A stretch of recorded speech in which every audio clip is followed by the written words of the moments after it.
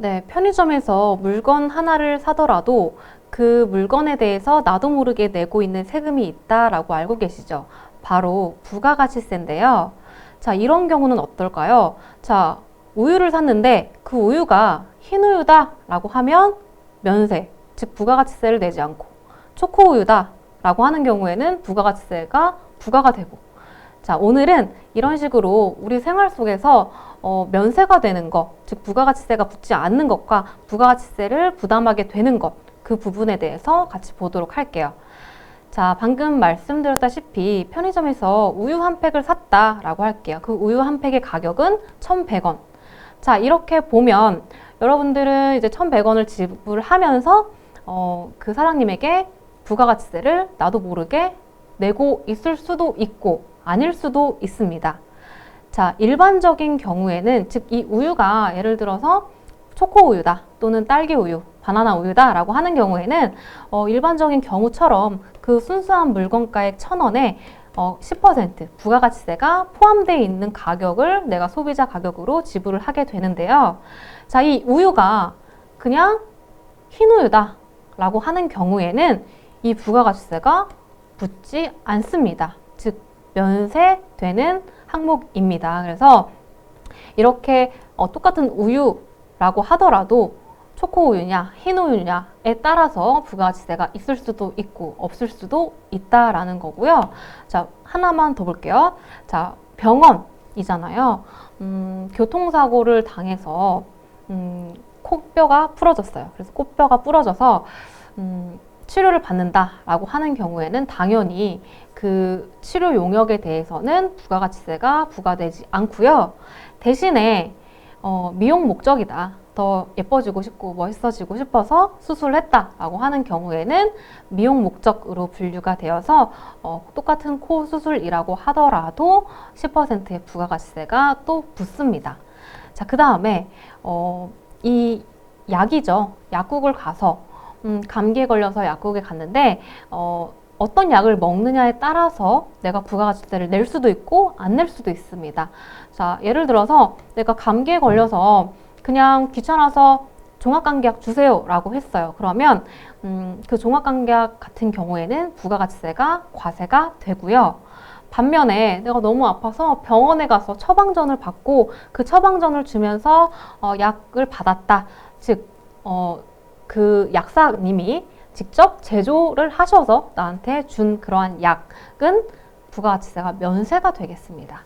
자, 이런 식으로 내가 어떤 형태로 소비를 하느냐에 따라서 부가가치세를 부담할 수도 있고 안 할 수도 있다라는 것이죠. 그래서 부가가치세를 과세하지 않는 그러한 것들을 면세 제화 또는 면세 용역이라고 표현을 하는데요. 이러한 면세 제화나 용역들 중에는 어떠한 것들이 있는지 정리를 해보도록 할게요. 자, 첫 번째, 기초생활 필수품이에요. 그래서 어쨌든 부가가치세는 최종 소비자가 부담하게 되는 것이기 때문에 정말 생활에 필수적으로 필요한 그러한 재화나 용역들은 그 부담을 낮추어 주기 위해서 부가가치세를 과세하지 말자라는 취지라고 보시면 됩니다. 첫 번째, 식료품이라고 있죠. 쌀이나 뭐 고기, 야채 이런 것들 있죠.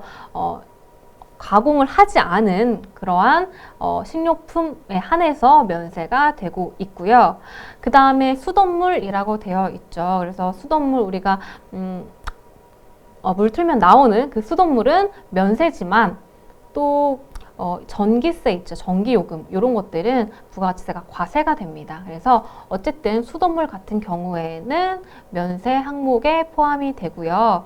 또 참고로 알아두시면 좋을 게 내가 물을 마시는데 생수 있죠, 생수. 편의점에서 살 수 있는 뭐 삼다수나 뭐 풀무원 생수 이런 것들은 부가가치세가 붙을까요? 안 붙을까요? 자, 이러한 생수는 부가가치세가 붙습니다. 즉 과세고요.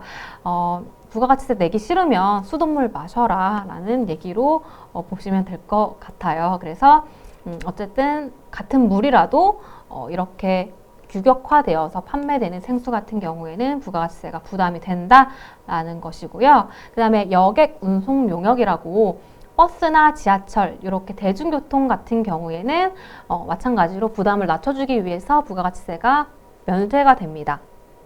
참고로 뭐 항공기, 이렇게 비행기 같은 경우 또는 KTX 이런 것들은 10%의 부가가치세가 따로 붙는다는 점 참고해 주시면 되겠고요. 자, 그 다음에 두 번째, 국민 후생 용역이에요. 그래서 뭐 의료나 또는 교육이나 주택 같은 경우에는 부가가치세를 과세하게 되면 너무 부담이 커지기 때문에 부가가치세를 면제해주고요. 의료 같은 경우에는 앞서 말씀드렸다시피 미용 목적인 경우를 제외하고요. 그 다음에 뭐 교육, 주택, 뭐 학교, 뭐 등록금 이런 것들은 마찬가지로 부가가치세가 과세가 되지 않겠습니다. 자, 그 다음에 세 번째, 문화 관련인데요. 자, 도서, 책을 구입하거나 또는 신문, 잡지 또는 박물관 등에서 쓰는 금액들은 문화 관련 재화나 용역이기 때문에 부가가치세가 과세가 되지 않고 있고요. 자, 마지막 생산 요소, 우리가 생산하기 위해서 필요한 그런 필수 요소들에도 부가가치세를 과세하지 않겠다라는 거예요.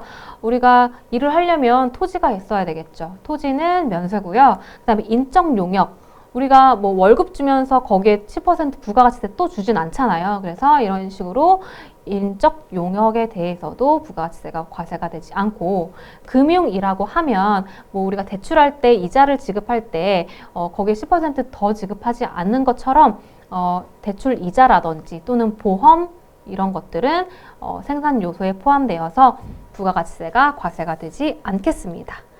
자, 이렇게 해서 오늘은 부가가치세가 과세가 되는 항목과 아닌 항목을 정리해 봤습니다. 수고 많으셨습니다.